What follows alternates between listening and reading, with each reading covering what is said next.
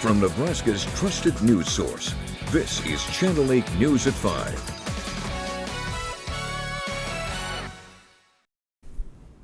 Coming up tonight on the news, it's primary election day in Nebraska. We're going to have live team coverage from several campaign watch parties here in Lincoln and in Omaha. Good evening, everyone. Thank you so much for joining us tonight. More on your primary day election coming up in just 1 minute. But first, we're starting with some breaking news tonight. A fire turns fatal in Waverly. It happened around 11 o'clock earlier today at the Northland Apartments. The fire spread from one unit to others. 7 fire departments worked together to put out the blaze. Officials say 61-year-old Mark Umland died from the fire. He was in the unit where it all started. No other residents of the building were injured. 8 units had damage affecting 20 people, and the American Red Cross is helping them. The heavy amount of fire, the initial lead time it had, since we didn't know it was actual fire. Then it gets up into the eaves, gets up into the attic. At one point the roof was pretty unsafe, pretty spongy. Fire had made its way through, so we tried to hit it from the ground, tried to hit it from inside, pulling ceilings, but it just ran its course. Now, the cause of the fire is still under investigation. Officials say it caused $500,000 in damage. We'll keep you updated on this story. All right, other news now. Poll workers are all across Lancaster County helping voters for today's primary elections. And one worker says she's worked every year for the last 40 years serving Lincoln voters. Channel 8's Danielle Kaiser tells us more about how they prepared for Election Day. Danielle? Dozens of poll workers participated in the working polling stations, and I took a look behind the scenes at the big day for them. I have been working with the Election Commission for probably almost 40 years. And polling worker Julia Harper says she knows today from start to finish will bring out hundreds of voters. She is working at the IBEW polling station on South 14th. This precinct in particular is very strong in their voters, be it those coming in or even just in absentee. We generally have a very high percentage compared to most precincts around, so we're kind of fortunate here that we don't sit around a lot. Election Commissioner Dave Shively said when polls opened at 8, voters were already out at polling precincts. I visited a few polling sites earlier this morning, and there were a few voters showing up at all the locations that I was at. So I think things are off and running pretty well for us. They started around 7 a.m. this morning to set up for Election Day, and Harper says they prepared for weeks. We're all required to take a class by the state. Now, I'm an inspector, and so then I not only have to do the class as well, but then on Monday I go down and pick up all of the ballot boxes, the ballots, the voting booths, and all of that kind of thing. With over 1,100 workers at the polls throughout Lancaster County, this evening is when voters are expected to show up in full force. We have about, I want to say in this precinct, around 780-ish voters in this precinct. We're pretty optimistic that it'll be our normal, quote-unquote, turnout for this. Voting polls will remain open until 8 p.m. tonight, and you can find more information about where your nearest polling location is at nebraska.gov.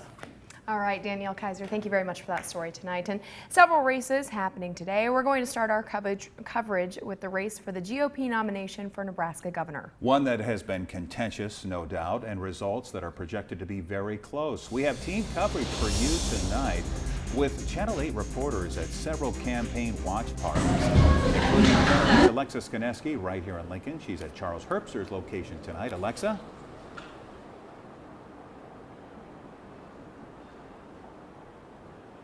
Yeah, Rod, Megan, I'm standing outside of the Lincoln Station Great Hall in the Haymarket where Charles Herbster and his team will be spending the evening. In fact, he just pulled up, said a couple words to us, and he seemed to be in very good spirits. Now, his watch party is expected to be a pretty big turnout. The gubernatorial candidate who is backed by former President Donald Trump.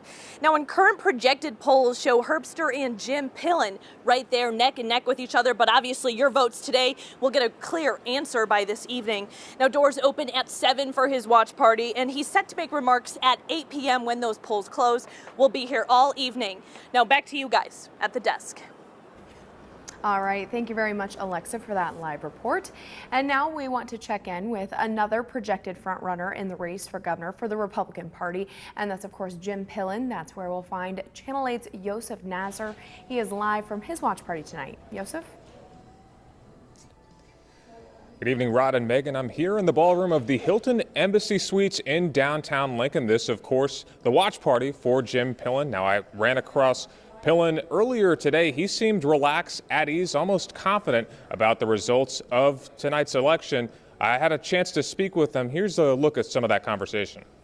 When I crossed paths with you, the first question I asked, how are you feeling? You said fantastic. Talk to me about that. Why are you feeling comfortable about the work that you've put in, and why do you think that the results will bear when they come in later tonight? Nebraskans don't change, and the strategy is really, really simple. There's a lot of people that think they're going to change, but strategy's been about hard work and grassroots. And our team has been a lean, mean fighting machine. We've worked tirelessly, and we've built a grassroots organization that's 10x over anybody else in the race. And so we have thousands of Nebraskans across the state helping us. Energy is unbelievable. Our support is off the table. So grassroots wins. It always has in Nebraska, and we're the only one that has grassroots, and we're the only one that has, we got 10 times the contributors that have become stakeholders on our team. Those two things are big.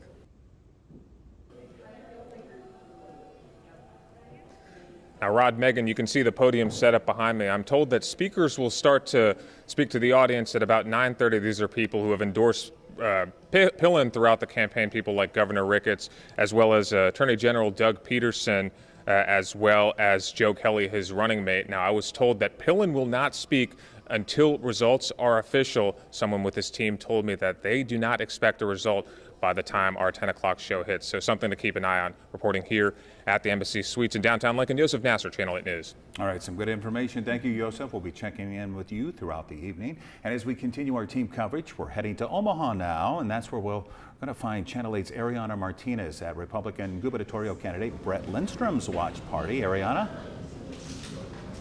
Yes, I'm over in Omaha today for Brett Lindstrom's watch party as he's running for the next governor of Nebraska. Now, we were able to catch up with his campaign manager, Pat Truman. So, Pat, what is Brett feeling today? How has it been so far?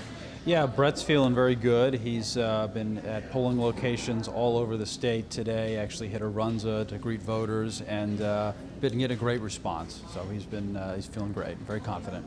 I love that, runza, so Nebraska. And how many people are you expecting at this party tonight? We're expecting several hundred people from all over the state, all supporters of Brett, all people that have been with him for months now. So it should be a nice night.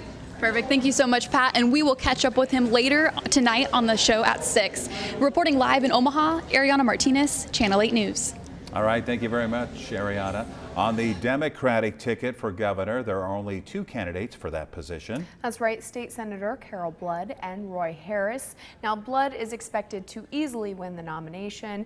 We will have someone at her watch party later on this evening. She represents Bellevue and recently announced former State Senator Al Davis as her running mate.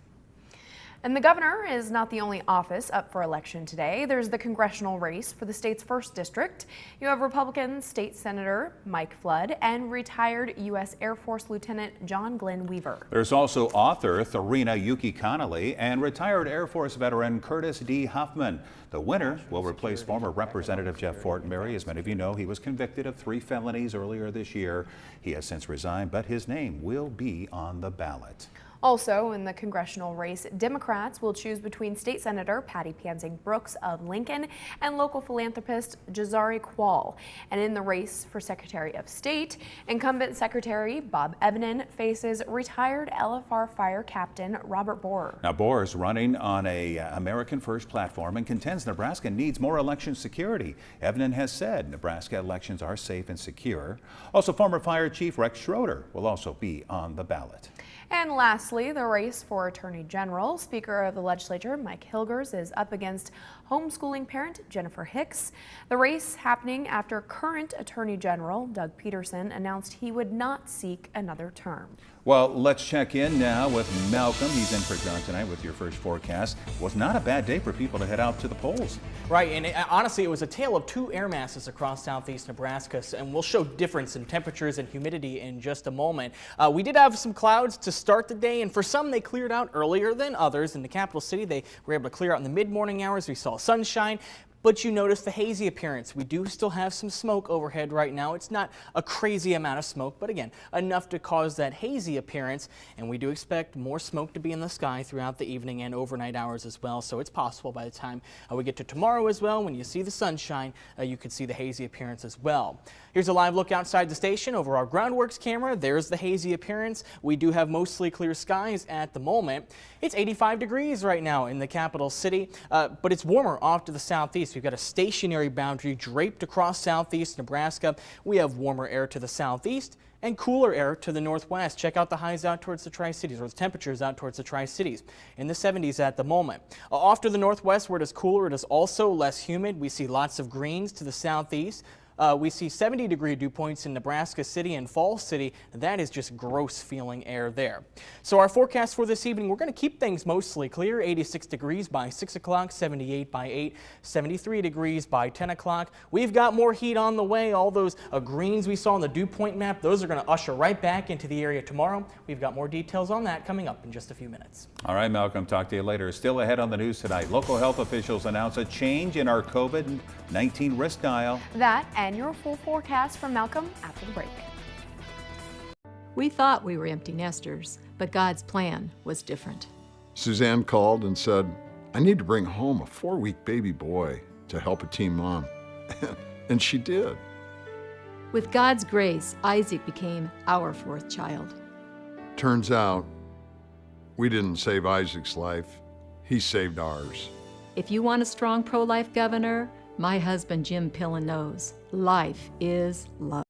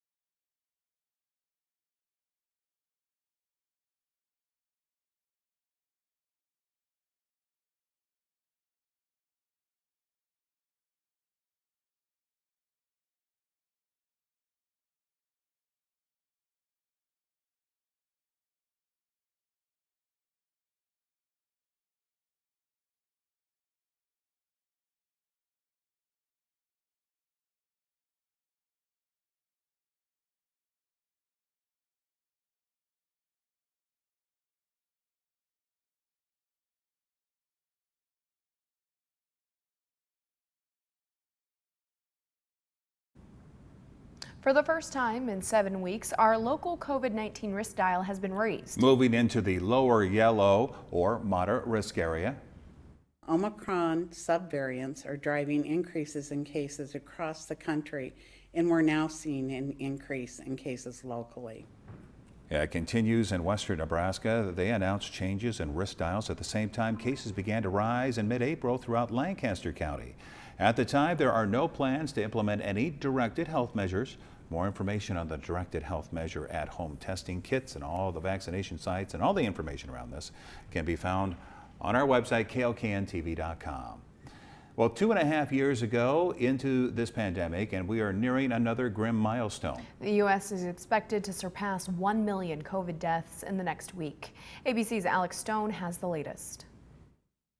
Nationwide, there's been an alarming rise in cases of COVID-19 in the last week, up over 10% in 45 states and territories. The CDC reporting 43% of new cases are the new BA2 subvariant, and the new cases are only the tip of the iceberg. Experts say because more people are using at-home test kits or not getting tested, the real number could be a lot higher. One study found only 13% of cases are actually being reported now, with significant underreporting. A feared summer surge could be harder to track. But hospitalizations can be tracked, and they're up 10%. You've seen the surge in cases. We're not seeing that correlated impact in mortality. In California, thousands of healthcare workers have walked off the job, demanding higher pay and safer working conditions. Some on the picket line say their demands are fair after being on the front lines during the worst of the pandemic.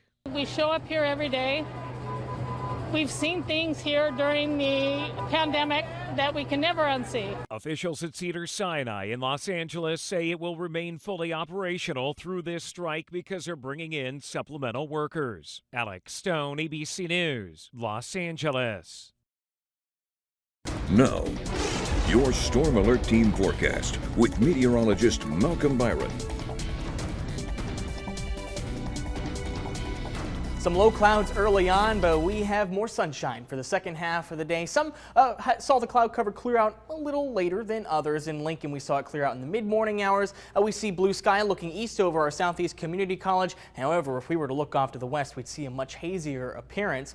High temperatures today. We got warm in the capital city, slightly cooler compared to yesterday. It made it up to 85 degrees. 91 in Beatrice, still a very warm day down south, but cooler off to the northwest. It really was a tale of two air masses.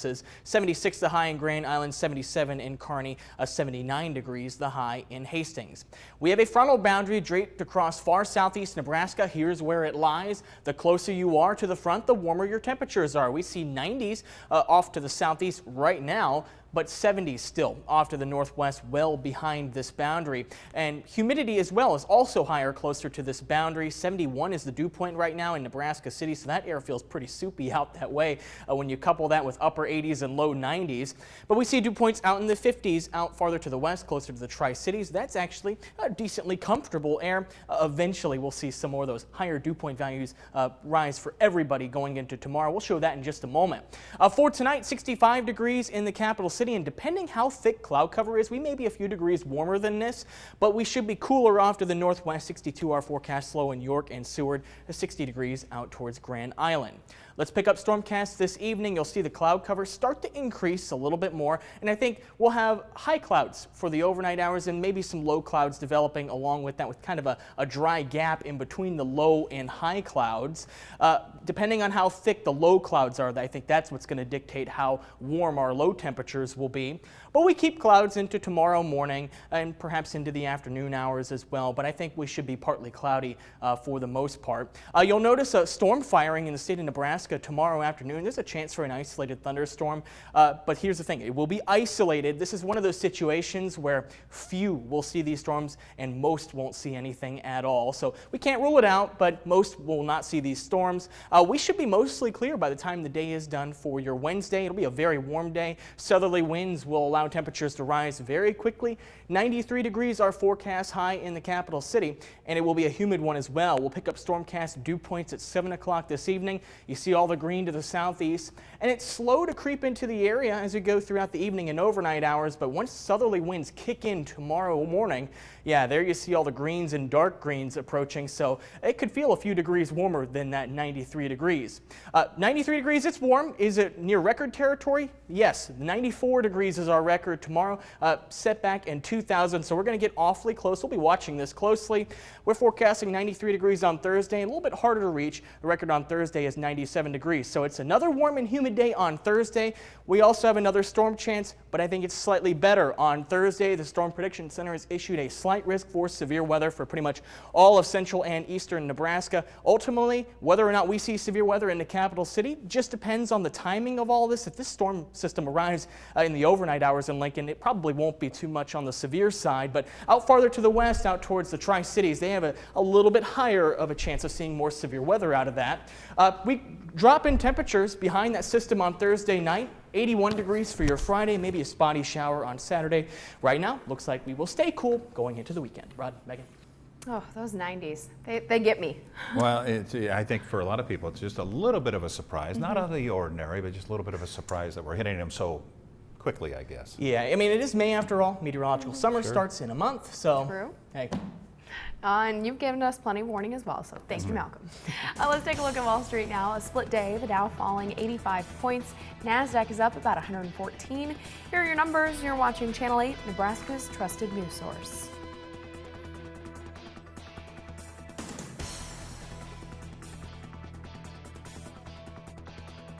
Tonight, as COVID-19 subvariants